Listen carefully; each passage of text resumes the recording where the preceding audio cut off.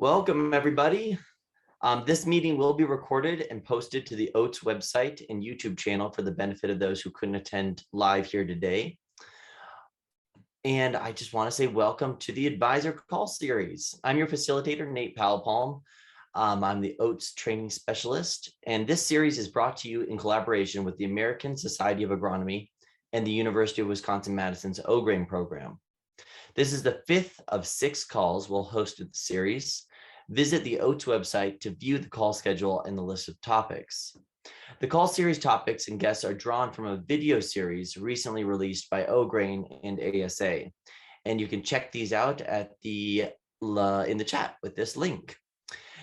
If you haven't done so already, I highly recommend signing up for the newly launched Organic Advisors listserv, where we're going to be having some great conversations right in the inbox on all things related to advising organic farmers and organic farming.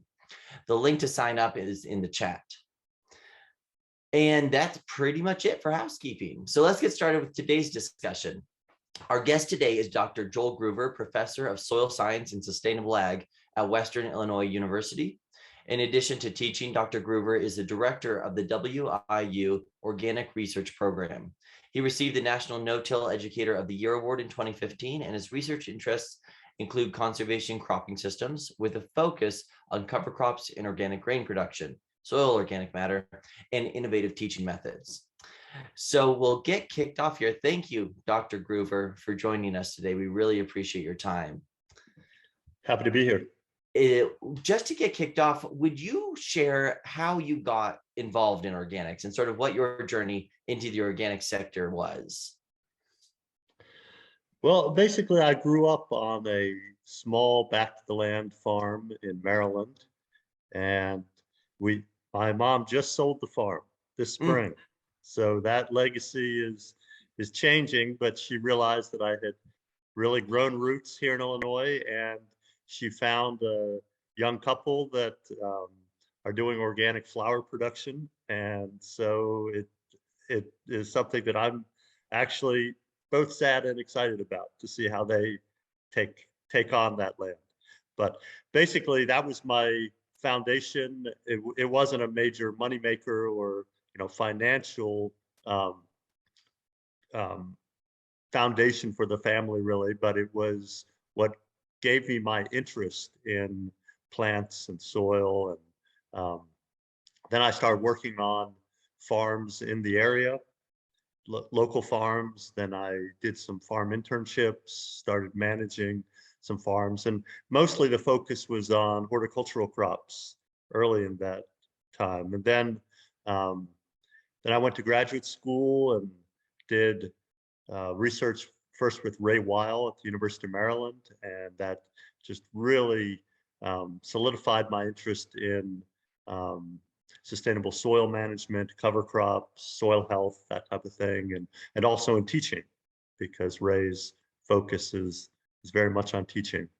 And I guess just to wrap up this intro, I really didn't know that much about corn and soybean production. I was sampling corn and soybean systems for my master's and PhD work, but I didn't grow the corn and soybeans myself. And so I've been out here now for 15 years at Western Illinois University, and I have to teach mostly corn and soybean, farmers, their children, or they are involved. My students and their families are definitely very rooted in 2 crops, corn and soybeans. And so I've had to learn how to do that. And I've, of course, had to learn how to do it organically as well. And we're glad you did, because you've been a major resource to so many folks, especially in this sector. Most of the folks on this call are in that organic grain space. And obviously that's going to be primarily made up of corn and soybeans. So to get kicked off, nitrogen has been top of mind for a lot of folks for a lot of reasons across all grain production, from incredibly high synthetic nitrogen prices to resulting really high chicken litter prices. So with N being a limiting factor in these corn systems, I've heard talk, and I've spoken to farmers who are really trying to figure out, how do I grow more nitrogen myself? How do I get it so that I have to stop importing quite so much and can save some money? And when we look at corn and other row crops, there's, typically some decent amount of soil between those rows, that we've got some open space that might be able to grow something else. So I wanted to touch a little bit on your work and your research, regarding interseeding, and see where we're at and what your current thoughts are on the potential for realizing more biomass being grown in any given field, more opportunity to take advantage of photosynthesis in a field. So when we talk about row crops and interseeding different legumes, could you talk a little bit about how farmers should think about that, or how agronomists who are advising farmers should think about the potential of intercropping and what they should be looking to get out of it? That is a great question. I think that to really have the cover crops perform well during the growing season, we need to think about the growing season of the corn or soybeans. We need to think about opportunities for expanding the space, the corridor between the crop rows. And so I've been working on a concept called solar corridor cropping systems for 4 years now. And the I think the jury is out on the best way to do this. But I guess the key message I want to emphasize is there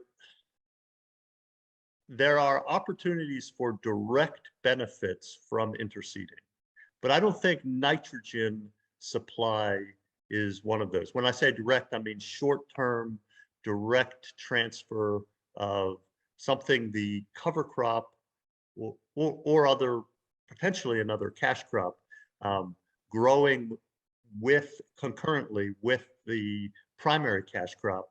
I don't think that nitrogen supply from an interseeded legume is something that we should focus on as a short-term benefit. I think there can be some short-term transfer, but in terms of short-term benefits, I think biocontrol, bringing in beneficial insects that may help control the corn pest complex. I think that's established. Helping to suppress weeds, direct competition with weeds. I think that's a short-term benefit.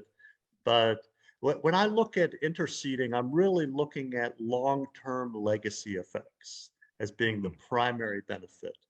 And to get more value out of cover crops, the main thing we need to do is just simply have them grow longer, especially when we have favorable weather for plants to grow, for photosynthesis to take place. And so grow longer is not just grow, during January, February, March, but if we can have them grow longer when we have growing degree days, when we have sunlight, then we really can benefit.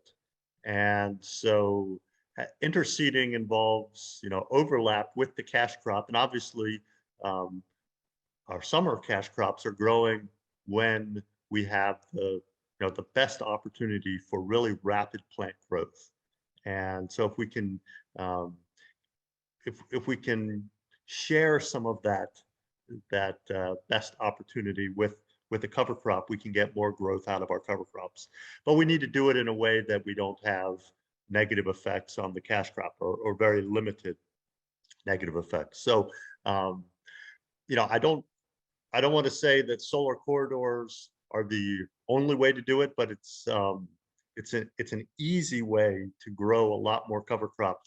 The challenge, of course, is how to do it without taking a yield hit or a revenue hit from the primary cash crop. And I think the most proven way to do it is to have a more direct way of capturing value from the corridor crop.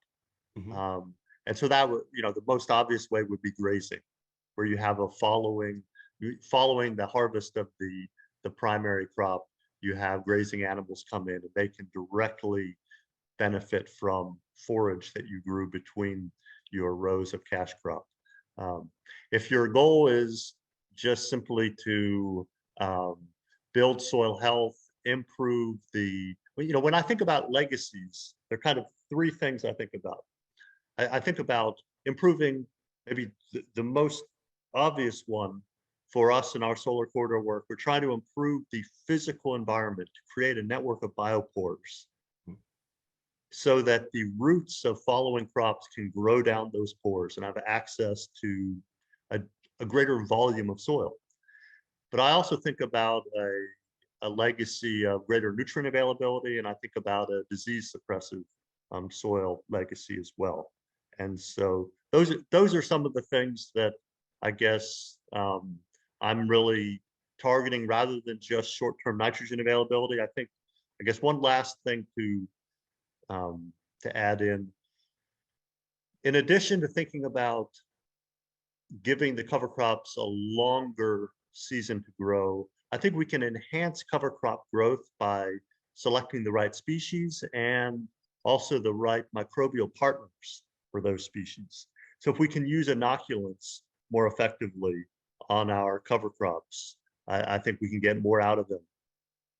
Maybe without even needing to give them more time, we can just get more value out of the traditional window if we get the cover crop to grow as a partnership with a a specific microbial inoculant. If I may, just to back up a bit here. So solar corridor, could we define that a little bit more for how what your research is looking into as far as width between corn rows? So solar corridors can have different orientations or architectures, maybe you should say. They don't have to be uniform distribution, but the 60-inch corn system is a uniform system that you simply are shutting off every other row with a 30-inch planter. Or what we actually are doing is, rather than shutting off every other row, we're planting the corridor at the same time as the cash crop, but we're just simply planting the cover crop mix while we plant corn. And our work has been on corn as the primary crop in solar corridors, but I think there are opportunities for other species, potentially sunflowers could be grown well with solar corridors. And the mechanics of how to do solar corridors, that's something that innovative farmers, I think, are at the forefront of. With a even number of planter rows, you have a problem if you're planting 60-inch corn, because you can't just go back and forth across the field, because you don't end up with, it's basically not a symmetrical system on your planter. So there are ways to have a symmetrical system where, for example, you might have 2 cash crop rows and then 1 cover crop row, or other other row architectures. So I think that there are ways to adjust the system that farmers are figuring out. We are in one of our small fields, we are looking at a continuous solar corridor corn system where we simply move back and forth 30 inches from year to year. Yeah. And I wouldn't say that we have dialed it in perfectly. We had some problems this year. We grew a spring planted cover crop that I think maybe there was some allelopathy, but primarily it was probably moisture use. The soil profile was a little bit drier, and the corn planted in our solar corridor field got off to a much slower start than the rest of the corn on the farm. And that was just very obvious during our very dry June, that corn was struggling. That corn was more than a foot shorter than all the other corn, including corn that was directly adjacent to it. So that was a little discouraging, but then we got rain in mid-July, and that corn is now growing well, and we have a interesting mix of legumes growing in between the corn rows. And for the first time, we're trying something. Rather than crowding the corn as much in the designated corn rows, historically, we've always tried to keep kind of a full population. So essentially, we have been pushing 2 rows of corn into 1 row. So we have half the spacing, in-row spacing, that we would normally have. This year, we decided we would put a little bit of corn in the corridor rows. So to keep a 30,000 population, we put 25,000 in the corn rows and 5,000 in the cover crop rows. And so those corn plants are quite spaced out. Hopefully there's enough light coming in that the corridor effect is occurring, but also those, we are using a very high flex corn hybrid, and those plants definitely look very robust. They look different than corn plants that are 4 inches apart when you have, 2 to 3 feet between the corn plants. And so maybe we'll grow some giant ears on those corn plants that will compensate. We shall see. But we're continuing to play with the idea, but it's a work in progress where we're doing it on a small enough scale that I'm not too concerned about the lack of full yield for the last few years. But I know that we're getting certain things right. The weed control has been excellent. When you pack corn plants, 4 inches apart, or when we had all the corn in the corn rows, they were 3.5 inches apart. You have a wall of corn that is very weed suppressive and is easy to cultivate, and the weed control has been good. But we need to just keep fine-tuning things like indexing fertility right to that row, rather than a broadcast application approach. And I think that people who are interested in this concept can get in touch with me, and I can share more details about it. But it's something that we're continuing to explore, and this year we're only doing it on a small scale in this one field where we've been doing it back and forth 30 inches for 4 years. So what are those cover crops or those other possible cash crops that you've put between the rows of corn and that you found to be most beneficial? I think in my experience, folks talk about clover a lot, landing in between the corn rows, but I would imagine that's not the only thing you can grow. Well, so clover and very small seeded species, I think, do have potential, but you really need to plant them in a different way than we are planting our corridors. We're planting our corridors with bean plates, soybean plates, 108 hole bean plates combined with 40 hole corn plates. And so, the math works out that we can drop we could set our corn planter to 60,000 and end up dropping 2.7 times that 60,000 for the cover crop population. Now, that 60,000, of course, is for 60-inch rows, so it's really a 30,000 population. Sure, but yeah. The bottom line is the bean discs have holes that are a certain size, so we only can plant things that are the right size. And this year we used a mix of a small seeded fava, a forage soybean, and a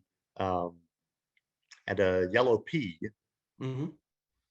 Those were the 3 legumes, and then we also included some corn, and they all were around the same size, around 2,000 seeds or so per pound. And so we mixed the seed as uniformly as possible. We put on a legume inoculant. I think there are some other things that could work. A large seeded cowpea, might be appropriate, but something like clover is way too small to fit well in that mix. Clover could potentially be seeded through the insecticide boxes. There are other ways we could deliver the seed with the planter and get a small seed out there. But the key thing is we want seeds that can be planted simultaneously with the corn and allow us to do all of our field operations uniformly. Just like we had a solid stand of corn, we would do the rotary hoeing, we would do the row cultivation. This year we did two passes of a rotary hoe, one pass with the row cultivator in that solar corridor field. And it was exactly the same as if we'd had a solid stand of corn. Wow. And that's quite different than if you, let's say that you plant the corn and you skip rows. You have to somehow clean out those corridors. You have to make sure that they don't, establish a strong stand of weeds before you plant, if you're planning to come back and plant later. And then, of course, you have to have specialized equipment that allows you to come in and interseed the cover crop, let's say at V4 to V6 is when some people are doing it. With a specialized drill like Penn State's, interseeder drill that can go over the top of corn, you can plant 4, 5, 6 rows in that 60-inch space.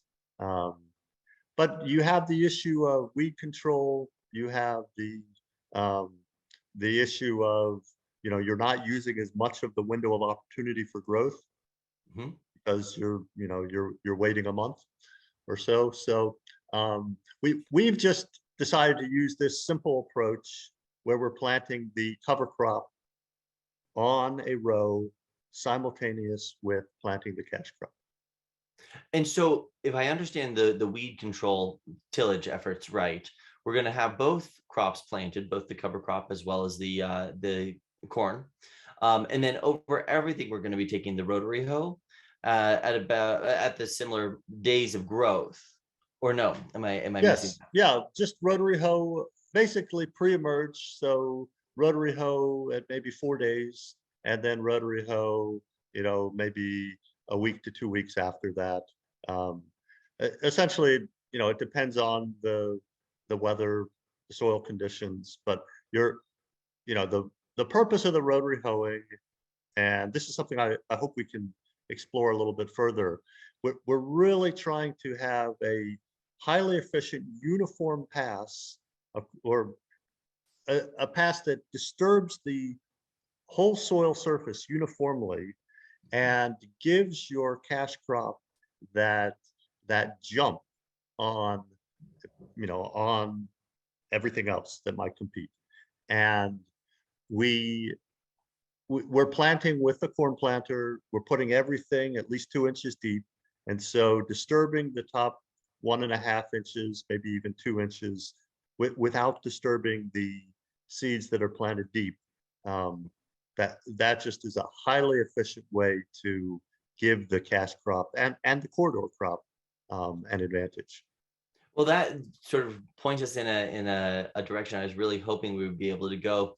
What other tillage are you doing in the weed management with the solar corridor corn? So really, with all of our cropping systems, we are managing cover crops with a rotavator, which you're probably familiar with, a large rototiller, but it's designed really quite different than like a walk behind rototiller in that it's very, very difficult to plug a rotavator. It's designed for high residue, and we are able to, in some cases, rotivate so shallow that we actually are planting below the depth of tillage. That's kind of the ideal in my mind. If we can rotivate, let's say 2 inches deep, and then plant at 2.5 to 2 3/4, or even if we rotivate a little bit deeper, we are now using residue managers or trash whippers in a slightly different way than I used to. We're setting them more aggressively, moving the residue and then clods out of the way and planting into firm soil. I think planting into soil that has uniform physical properties, same, same structure, same temperature, moisture is just so important to get your crop off to a good start. Absolutely. And so typically we would rotivate, and then if the residue is sized sufficiently, we would do a field cultivation right before planting, fit the field for planting. But if the residue levels are too high, that it won't flow well through the field cultivator that we rent from a neighbor, then we might have to hit the field with the rotivator again. But we do a cover crop terminating and sizing pass, and that might be weeks to just shortly before planting, and then we do one more pass, within hours of planting normally with a field cultivator if we have the residues sized properly. And I think that a rotivator is a good fit for us, partly because we're doing research, and so a tool that's 10 feet wide is just very convenient. But if I was farming on a larger scale, I'd be thinking about some of the high-speed discs that are available these days, especially some of the European high-speed discs that do a great job of sizing residues, getting nearly full termination in one pass, leaving a surface zone of well-sized, rapidly decomposing residues. I think is just a key part of weed management, a key part of soil structure management in many organic farming systems. And so we've got planting accomplished, and then we'll have our rotary hoe pass. And what other tillage do you have to do to manage weeds throughout the season before harvest? So after we've rotary hoed, sometimes as many as 3 times. I can't recall doing it more than 3 times, but we this season I rotary hoed several of our soybean fields 3 times, corn fields 2 times. Then the next step is to use what we call a precision cultivator, and we have been for the last 3 years testing a prototype called an Acura Flow cultivator. And an Acura Flow cultivator is designed and fabricated by an organic farmer in Southeast Iowa. And it's a tool that's designed to have really controlled flow of soil into the row. And so the kind of the holy grail, in my mind, of weed management in conventional till organic systems is in-row weed control. That sets people apart. If they can get consistent in-row weed control, they really know what they're doing. They've mastered the art of cultivation. And if you're just controlling the weeds in the interrow and you're leaving a strip of weeds with the crop, you're just not getting the job done. Many people, including myself, have had that happen. And if that's happening regularly, you really need to change up your practices, improve both what the blind cultivation can do for you and also the way you're doing that first row cultivation pass. Because the first pass is really the real opportunity to get those in-row weeds with accurate flow of soil into the row. Because if you don't get them the first pass, any weeds that survive that first pass will now be propped up with soil on either side of them, just like the crop is now propped up. And burying weeds at that point is just not something you can do consistently. I mean, some farmers throw huge ridges of soil around their crop, and maybe they get a few more weeds with that, but we try to get it done with that first pass, done very carefully, and then often we'll do a second cultivation in beans, maybe only one cultivation in corn, and the second cultivation we don't have to do with nearly the precision of the first cultivation. Second cultivation can be done with a wider tool, with a wider spacing between the sweeps, and should have a wider spacing so you're not pruning the roots as much, and you can go faster, and you're really just cleaning the middles at that point. And so what is the interaction between the cultivator and the cover crop? Is there going to be a clean cultivation pass, and then we're going to have more space for the cover crop, and the cover crop's ultimately just left all season to grow up? Or is there any other weed control within the cover crop to help manage weeds? Well, in the solar corridor system, after we've done in our solar corridor field this year, we did one row cultivation, and subsequently, really, it's just competition that's helping to suppress weeds. Other than, the fact is, and this is a reality I should mention, when you have these widely spaced corn rows, it is much easier to walk through the cornfield. And so I do walk through our 2-acre solar corridor field, and I pull out a weed here and there, which I wouldn't do in a large cornfield on 30-inch spacing. But when the corn rows are 60 inches apart, I'm primarily looking at how things are growing. But if I see a water hemp here, I'm going to pull it out. If I see a morning glory that's vining out all over the place, I'll just grab it and pull it out. And this particular field that we have designated for our long-term solar corridor corn experiment, it has low weed pressure. It has just lower weed pressure than some of our other fields, and that's one of the reasons why we have designated that field for certain experiments. Our very first no-till soybean experiment was done in that field, and I knew that if I couldn't make no-till soybeans work in that field, I was probably not going to have success. So we had a good start there, and we haven't ever come back to that field again with no-till beans. We've been doing it on a larger scale since 2009. And so, part of the reason why I pull out a weed here and there as I walk through that little field is I want to keep that weed pressure low. I want to have that sandbox that is well suited for doing things that are experimental. Absolutely.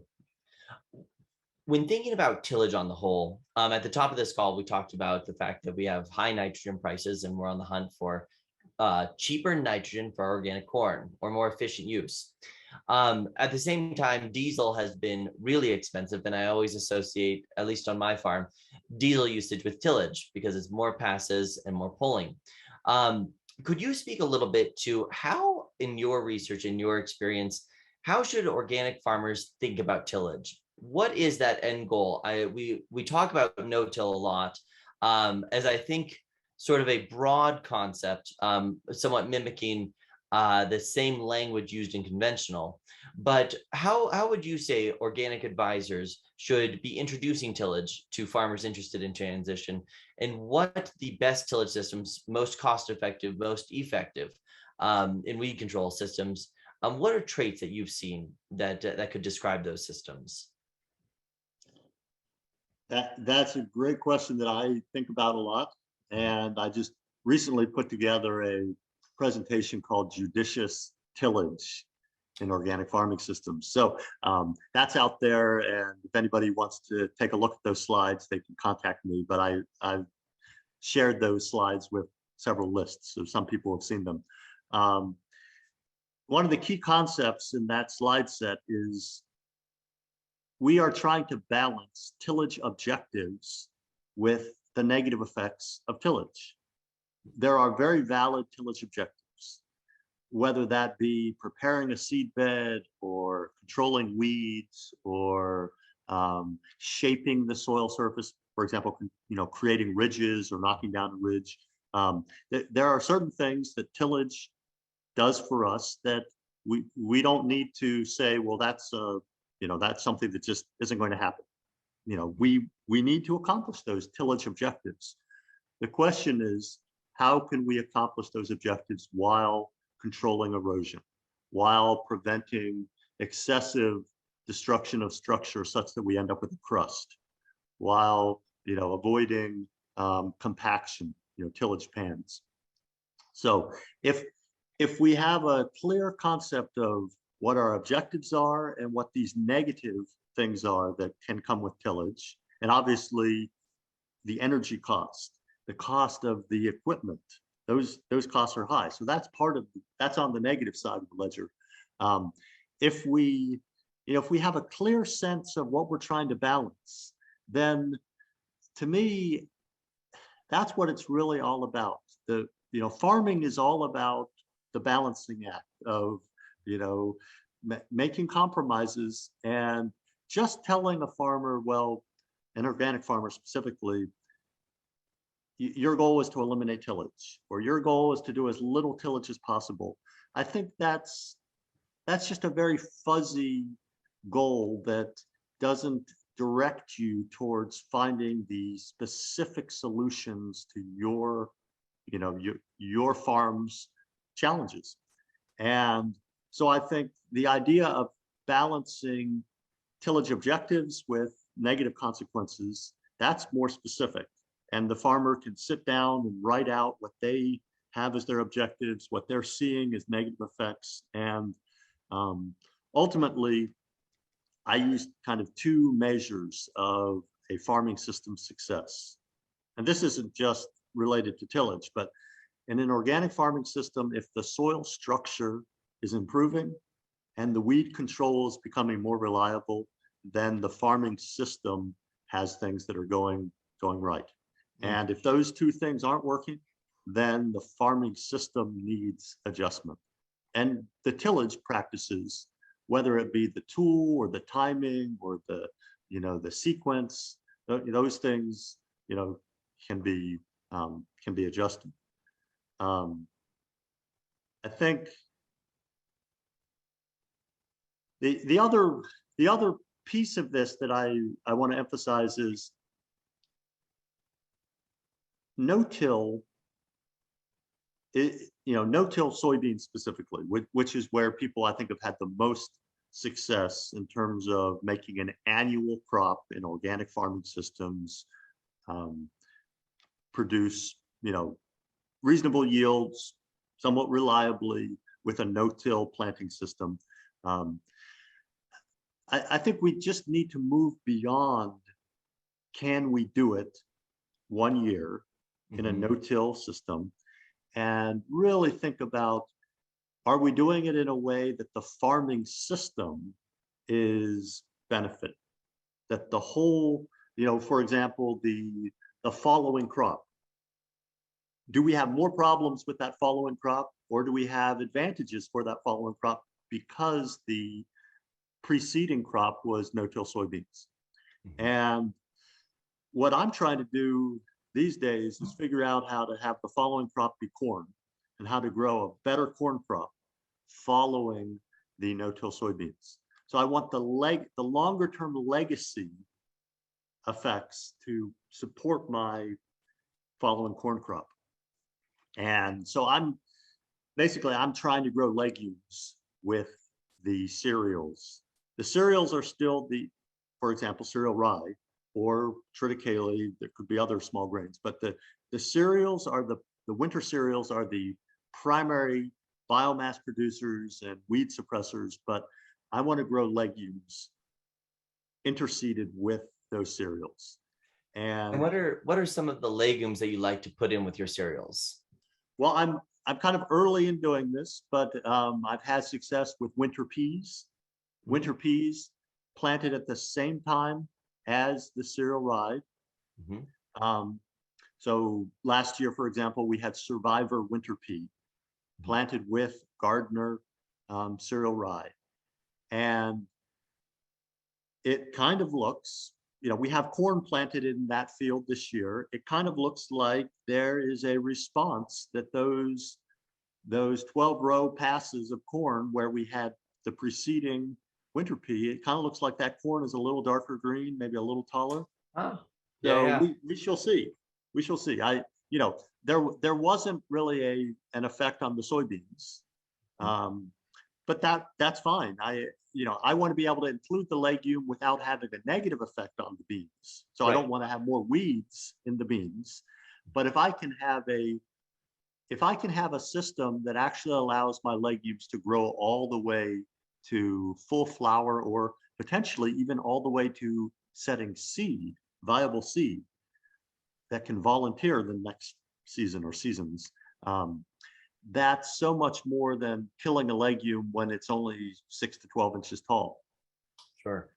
So this particular experiment, we're also doing a biological foliar application. We're applying a product called Nutritia, is how Corteva has labeled it, but it's the Blue N product out of Europe. Mm-hmm.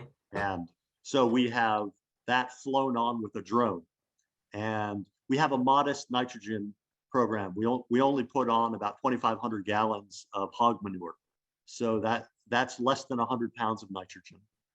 And so we should see a response if the peas are helping to provide nitrogen, if the Nutritia, which is a phylosphere organism that fixes nitrogen by eating essentially methanol, waste products produced by the corn leaves. We should hopefully see that.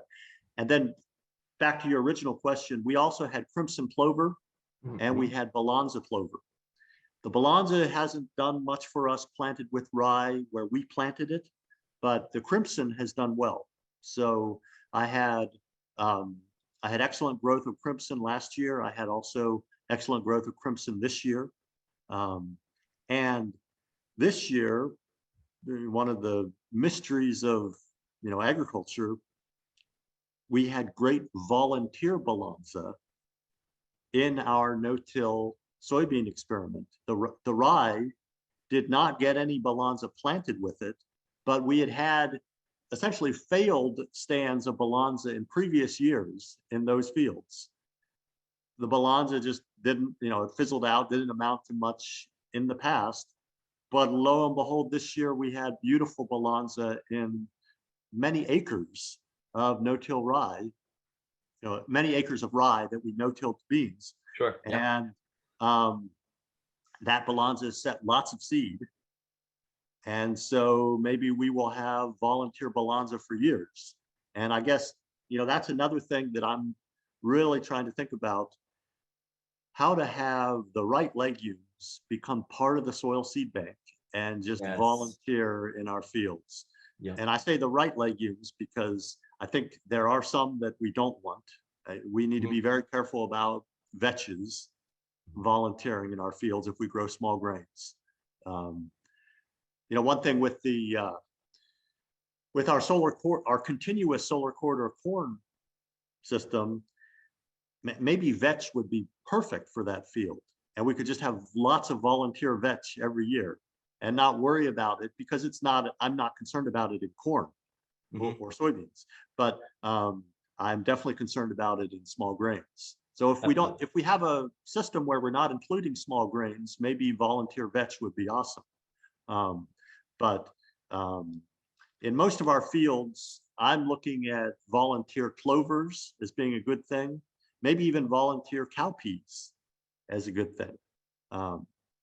And we're just watching how that happens. To frame this a little bit for folks on the call, and everybody who's on the call, please do throw any questions you have in the chat box, and we'll relay them and try to answer them as best we can. But to frame this idea of a living seed bank, an intentional seed bank, rather than just fighting that weed seed bank, I've been trying to think of, what is a line where an intentional seed bank becomes a liability that you're fighting rather than taking advantage of, and what methods have you seen as far as how to control, manage, but encourage that intentional seed bank to be an effective partner in production rather than a liability? What tools and effective methods have you seen or have you practiced? Well, I'm early in practicing this approach, but I think I have two species that I'm most concerned about. Mhm. The vetches, hairy vetch principally, that produces, we know it produces lots of hard seed. We know that it can be problematic. Um, and maybe if you have the right tools, maybe if you always swath your grain, and maybe if the market you have for your small grain, um, is accepting of some vetch seed, or maybe you can clean it out. Maybe there are ways that vetch could work, because vetch is an amazing plant. Um, but in addition to the vetches, I am now leery about sweet clover, Mm. specifically Hubam sweet clover. Um, we had overtop our oats last year, and I mean overtop by more than a foot. And it was a particularly wet spring, and I think that certain things might work very well one year. Perhaps if we planted the Hubam this year with the dry June, maybe the Hubam would have played nicely with the oats, and everything would have been fine. But we need to be cognizant of certain species that really can be too aggressive. We need to have the right tools, like a swather perhaps, or seed cleaning equipment. Um, and we also just need to, be aware of certain species that just are kind of tried and true for interseeding. And so medium red clover is one of those. And I have lots of medium red clover in my soil. Um, I don't see it volunteer really in the corn and soybeans very much, but it always volunteers in small grains. Whether, normally we are planting red clover, or maybe a mix. This year we did red clover and alsike, because we had some wet holes, and alsike is more tolerant of wetness. So we intentionally seeded that into the oats. We drilled the oats separately because we didn't have a small seed box on that drill, but then we spun on the clovers within a few days. But we also have, we've been doing more and more of the diverse summer mixes, where we do tillage after the small grain. Mm-hmm. And then we plant this diverse mix that might be a mix of warm and cool season species, but definitely includes things like sun hemp and cowpea and maybe soybeans as warm season legumes. And whenever we do that tillage, we are seeing that there's both volunteer small grain, but also red clover. There's always red clover there, whether we planted it or not. And it's always played nicely. It's never been a problem for us. So maybe some people out there have had problems with red clover, but red clover has just been a really nice interseeding species, whether we plant it or not. And I guess, I think we just have to think about where we are in our specific needs for our farming system. The main reason why we've gone to these warm season mixes in the middle of the summer is partly because there's a lot of excitement about cover crop cocktails. So we want to be informed about how to do that. But probably the main reason is, as we have done more no-till soybeans and some no-till small grains, we have more perennial weeds on the farm. Mm-hmm. And back to the question of tillage, you can have the most effective tillage at controlling perennial weeds if you do it in the middle of the summer. That's our experience. Yeah. You just get more termination if you do, let's say, just 2 tillage passes spread out several weeks apart in the middle of the summer. We will just have much more control of weeds, whether it be Canada thistle, whether it be bindweed. And I'm not saying we get full control, but we have a much higher level of control than if we did the tillage in the fall or the spring. And then we're able to get a warm season mix established well. And I say we can get a mix established well. It depends on the weather. if it's very dry in that, late July, August timeframe, it may be a while before the warm season mix starts growing. Right. Whereas the medium red clover is just so much more consistent. It establishes under the small grains.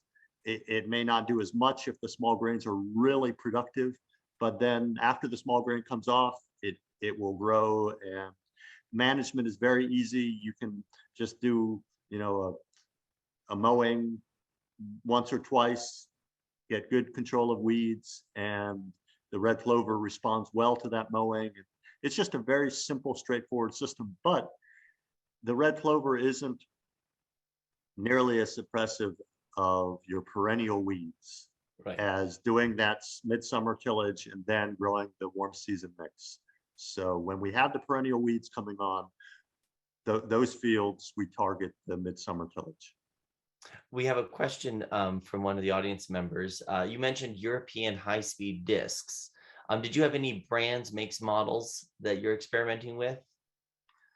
So we have no personal experience with those tools. They're very expensive and they're specialized. Nobody in our area would have one. So, when I say in our area, I mean the conventional farmers that we rent most of the equipment from, that we use on the research farm. Those conventional farmers are not going to have a European high-speed disc, but the horse joker is an example of one. And maybe you, Nate, do you have experience with any of these tools? A few of the Lemkins. Lumpkin and is then, another one. Yep. Horse Anderson, Yoker. And even things like Mendeco are making some high-speed discs that are vertical tillage. And so obviously Canadian, not European.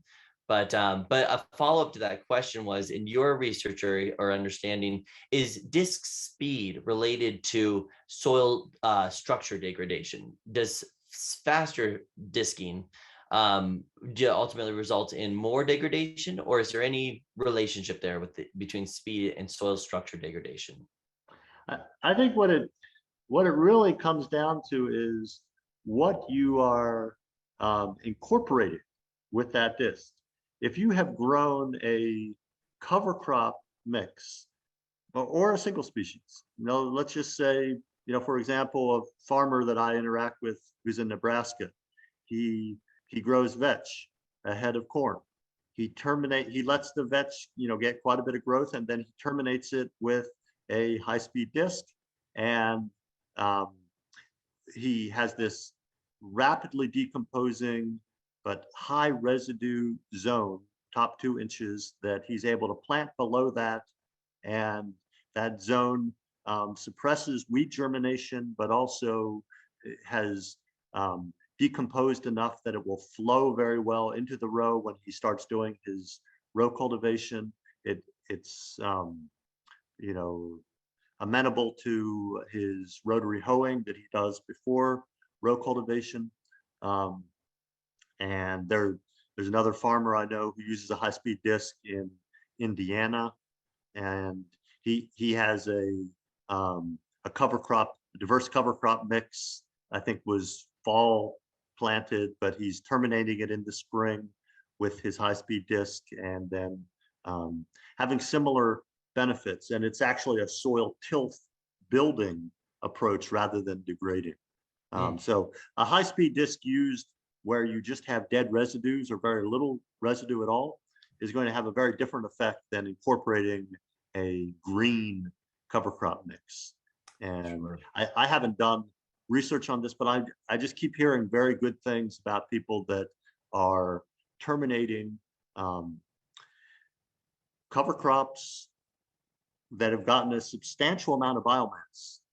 They terminate them, and then within weeks, they are planting their row crop. They're using residue managers to move that residue out of the zone where they place the seed, but they're generally planting below the high residue zone. And the whole system is working well in terms of building soil tilth at the surface and suppressing weeds. And probably nutrient release as well, but I haven't looked at that. In talking real quick about nutrient release, as advisors to organic farmers, it seems like there's a lot of farmers usually think of companion cropping as you're getting nitrogen for, say, your wheat while the clover is growing with it. Is it a better, sort of a better supposition to say that you get that nitrogen when the legume dies, or when it's terminated and starts to decompose is when you get your chief benefit? Or how do you think about when the harvest of nitrogen from legume to cereal occurs? Well, I think small grains and clovers are a little different than interseeded legumes and corn. Mm-hmm. With the interseeded legumes and corn, I would really not expect the nitrogen to be available to the corn. I think a little bit under certain seasonal conditions might be leaking into the corn. But I've definitely seen greener small grains where the red clover was there in a good stand. So I think there's more transfer that occurs between forage legumes under small grains, but I still wouldn't consider that to be the primary nutrient transfer. The primary transfer is after you've terminated the forage legume. But I think that there's maybe a little more potential for some sharing of nitrogen between the small grain and the forage legume, and much less potential underneath the corn crop. Okay. Before we close out here, what's your take on alfalfa in all these rotations? It seems like a much more aggressive legume. It's going to be, it's got more allelopathic properties. How do you see it as part of a given corn bean rotation, where those are the cash crops? I'll just start by saying we haven't been using alfalfa, so I don't have personal experience with alfalfa. Other than last year we did try nitro alfalfa. It's supposed to be an annual alfalfa that that grows well into the fall and has very limited winter hardiness, and it seemed to work fine. But that's just one season. Farmers that have a specific need for the alfalfa forage on their own farm, I think that's the most straightforward system, where they are recycling the animal manure right back to fields. That's the traditional approach to using alfalfa. And alfalfa is certainly a powerful legume in terms of producing protein for animal feed, and good things for the soil, nitrogen for subsequent crops. But there are some farmers that are producing alfalfa as a marketed hay that they're selling off the farm on a large scale. And if you can figure out the marketplace, make that work. I think the key thing is you need to have a manure source lined up, a large manure source, because alfalfa removes lots of nutrients. And if you are just marketing the alfalfa far away from your farm, so that there's no way that the nutrients are coming directly back, you need to have another source of nutrients. Otherwise, just growing a lot of alfalfa, while it suppresses weeds, while it has positive legacies for following grain crops, it's going to deplete your phosphorus, your potassium, your micronutrients more quickly than just about any other crop, because of just how much forage you take away and how nutrient rich alfalfa biomass is. But I mean, there are some great examples in Iowa and Ohio of farmers that are growing lots of hay for marketing off farm, and they have access to manure. They have flexible rotations where they keep the alfalfa for a number of years, and then basically it's not a set program. When they want to go into grain, they have a great opportunity to go into a low weed pressure, nitrogen available environment with a small grain or with a summer grain. But it's a specialized approach where they have to have the marketplace figured out. They have to have the manure lined up. They have to be able to make a lot of alfalfa hay really fast, and do that well. And so that's not for everybody. What I think is more, a more broadly available approach is the traditional approach with alfalfa feeding grazing animals or animals that need forages on the farm. And that of course is only available if you have the grazing animals or the animals that, that the ruminant animals that need those forages. And make good friends with your neighbors who do, so that you don't have to be a cow person and a farmer necessarily. Right. That's the other option. If you don't want to do this on a large scale where you're marketing alfalfa all over the place, you may have a neighbor where you can have a direct partnership. And that's also, something that we need to look into more and more. Absolutely. Well, Dr. Gruver, thank you so much for taking the time to speak with us today. I wish we had one more hour because I have a lot more light, shallow tillage questions for you that we didn't get to. But this has been great. For everyone, we will have this recording available on our YouTube page. And Oats is going to be launching some exciting things in the next couple of months. So please watch your emails for announcements. This is call 5 of 6. Call 6 is going to be on August 24th at 8 a.m. Central Time with Leah Varicki of the Rodale Institute. And we'll be talking about reduced tillage in organic systems and no-till soybeans and cereal rye. So I hope you can all join us. Again, thank you, Dr. Gruver. And is it all right if we share out your email with folks to get in contact with you about your research? Absolutely. I will try to respond. I have lots of responsibilities, especially during the school year, which is just less than a month away now. I was going to say it's coming up. And of course, summer speaking engagements like this, but I'll try to respond, and certainly people are welcome to contact me and come visit the farm. And if we can't communicate electronically, I do go to various meetings, and I would be happy to speak to anybody one-on-one, face-to-face. All right. Well, thank you again. And we'll look forward to keeping in touch. Thank you. All right. Take care. Thank you, everybody.